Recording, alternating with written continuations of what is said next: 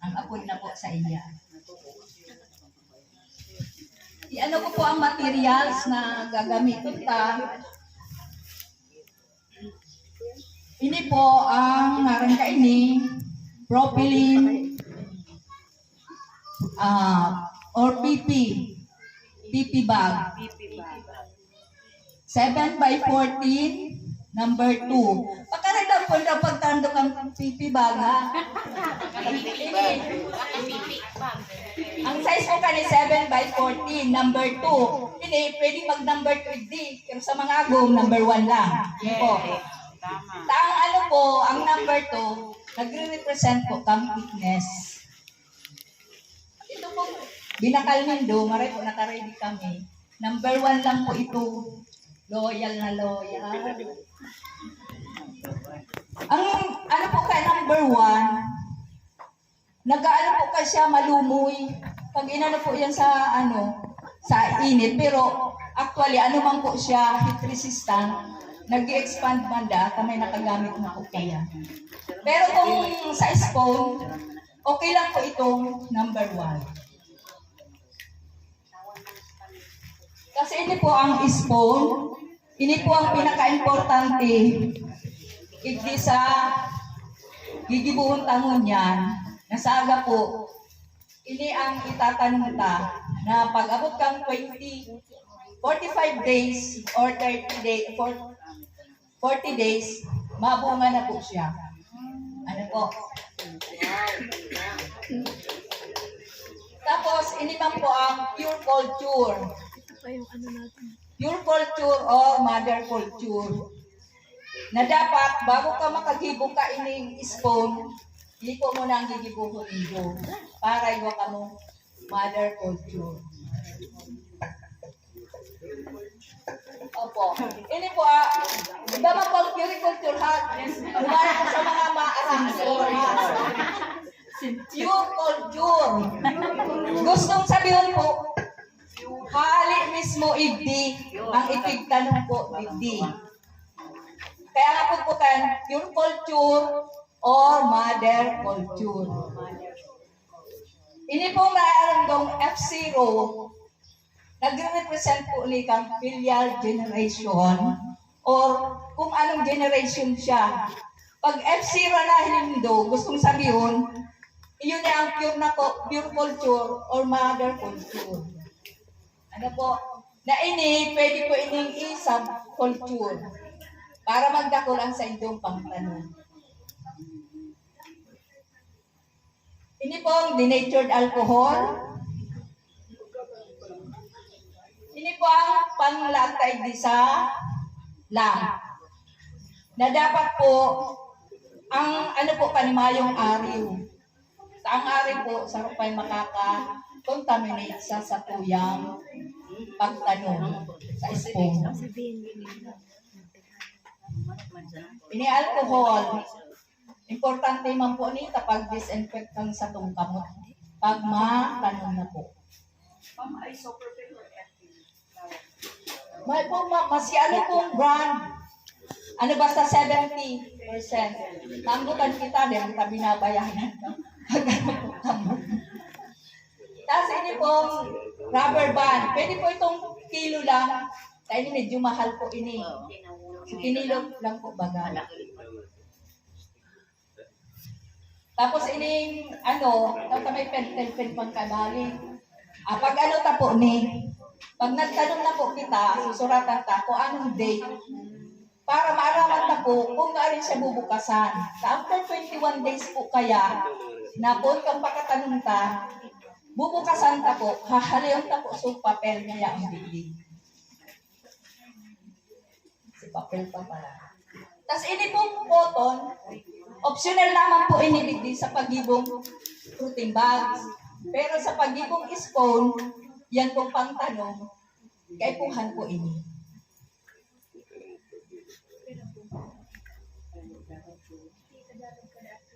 Ato Tagalog? Ay, sorry. Ay, Tagalog ka muna, Bet. Pero naintindihan man po ako. Hindi po kaya ako tataong magaling ko na sorry. Tagalog. Wait lang. At saka ito pong papel. Scratch paper. Kasi po ito, linalagyan ko ito ng scratch paper. Pagkatapos, pag after 21 days, natanggalin natin ang scratch paper. At doon na po tayo magsisimulang mag-spray. So, punta na po tayo sa steps kung paano ang paggawa ng fruiting bags. Number 1 po, sabi daw, mag-collect and gather quality substrates. O dapat daw yung maganda yung kukunin natin na substrates. Ibig sabihin, pwedeng kumuha tayo ng bagong ani o mga 1 week na nasa field, pero hindi yung ano na, palapa na siya. Ano po? Pabulok. Ay, ano Tagalog? Pabulok ni ma'am. Pabulok na po.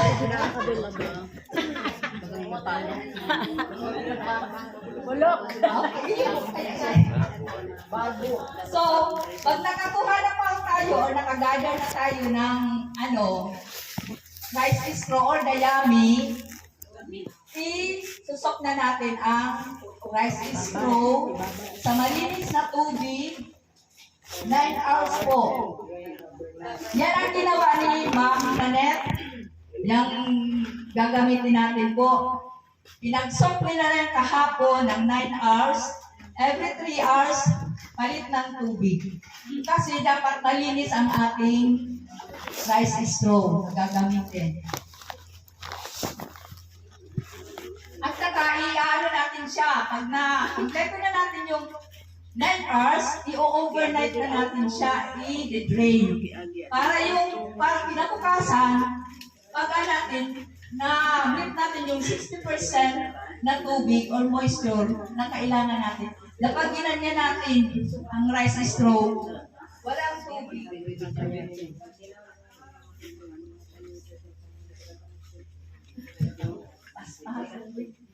Number 3, so, mabuti at may shredder.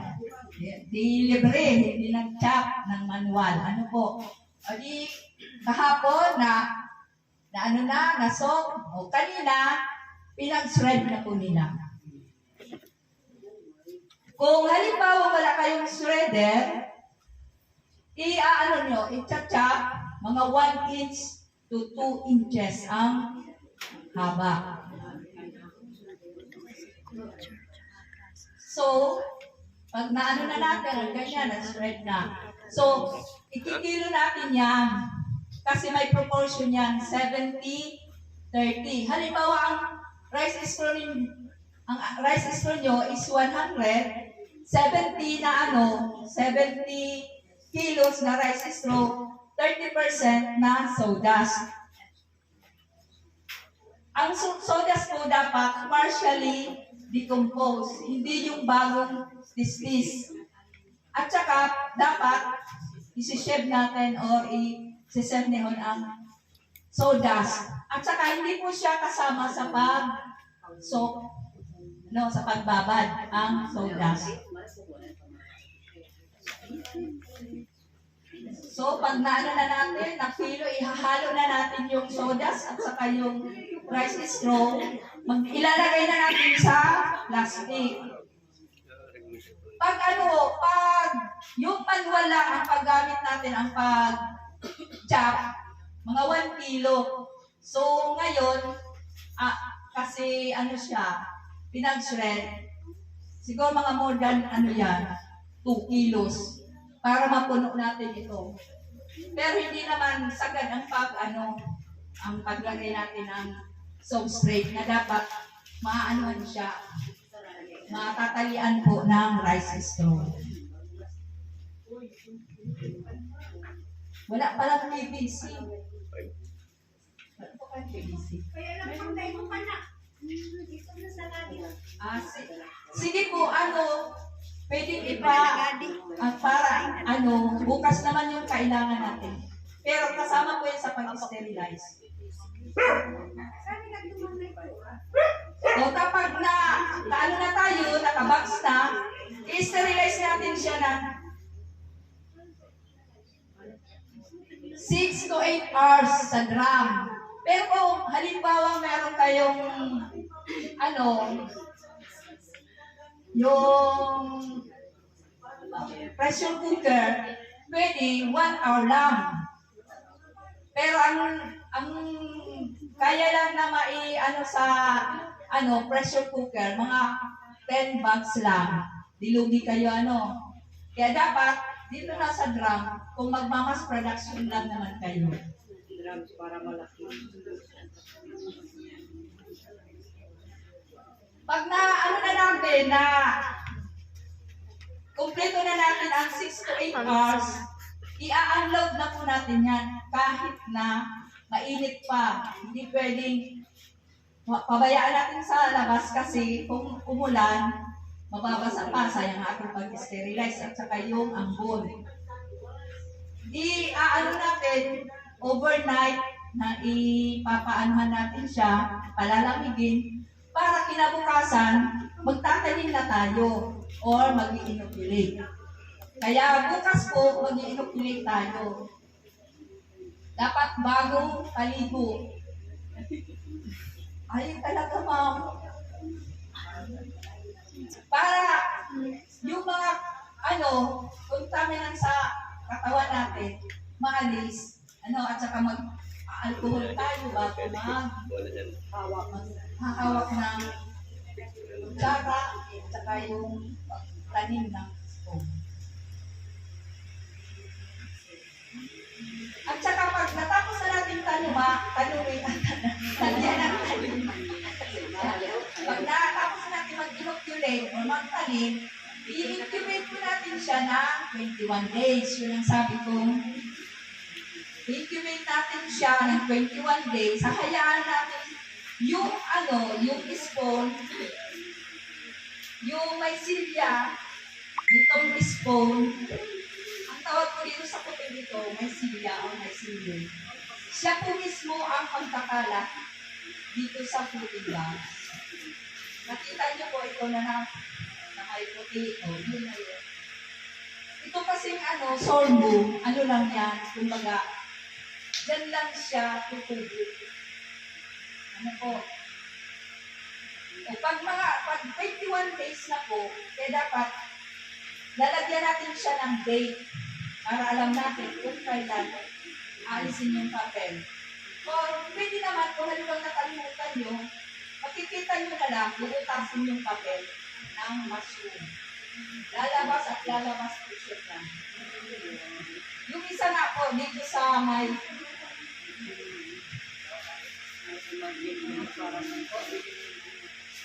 dito po siya lumabas. Parehas lang naman yung nipple sa lang anak na kahit hindi natin gusto lumabas yung matang oras na talaga lalabas na siya. Ganyan din po ang mushroom.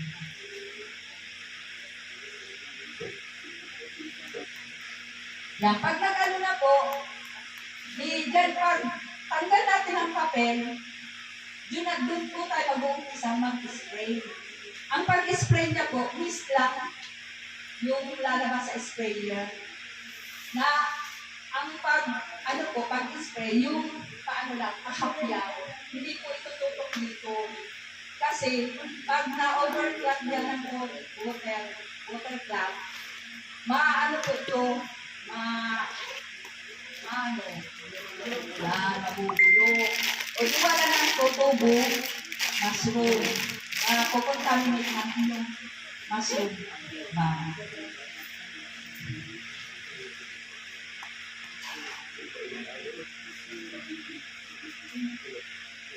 Pag na po, hintay na lang po natin siyang lumabas. Pag napuno na po ito, kasi ang 21 days niya, hanggang dyan pa lang ang puti. Kakalang kaya hanggang sa mapuno niya to, saka siya lalabas. Pag na po, pag may na siya, pinhead, or ang una po kasi yung pinhead lang, yung mga maliliit lang, Mabilis po yan lumaki, mga 5 days or 3 days, pwede nyo lang i-harvest. Ito, medyo hindi pa po ito ang harvest time. Lalaki pa po ito. Parang 2 days pa lang, 2 days pa lang ito. Mga 5 days. O, depende lang, basta hindi pa ganito. Bukas lalaki pa sana ito kahit man dinala na namin.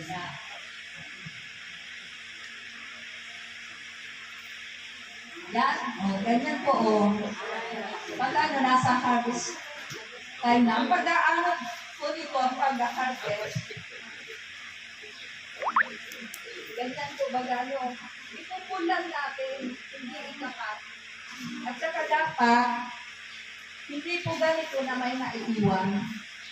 Dapat malinis po. Para lalabas po ito. Ang ganito po, mga 3 months, magbubunga ulit siya. Hahayaan nyo lang po. Basta i-maintain lang po ang pag-spray sa kanya. Ay, pwede naman po, kung saan yung gusto. I-slitan nyo lang po dyan. Yan, lalabas yung Pero hindi na siya aabot ng 3 to 4 months. Mga 2 months na lang yan. Pero okay na, at least, nakapaano na. Madami ng ayaw. Opo, makadami na kasi. Opo. At saka dito, talagang kusan yung binubutasan. Kusan na po yung binubutasan. Opo. Dito may harvest na po tayo. Iyan natin siya, ipaprocess na. O bukas, may processing tayo sa mushroom. Ayan na po, ang mga mushroom product na. May ukoy, pwede po yung gawing ukoy, empanadita, empanadita o empanada. May maliit at may malaki. Pag empanadita po, yung maliit. Pag empanada, malaki.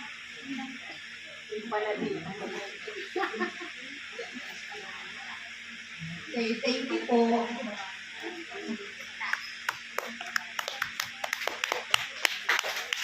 Ano po pa po, ipakita ko po sa inyo kung paano ang paggawa ng stove. Itong pangkayo. Na dapat, marunong kayong gumawa nito. Kasi, para anytime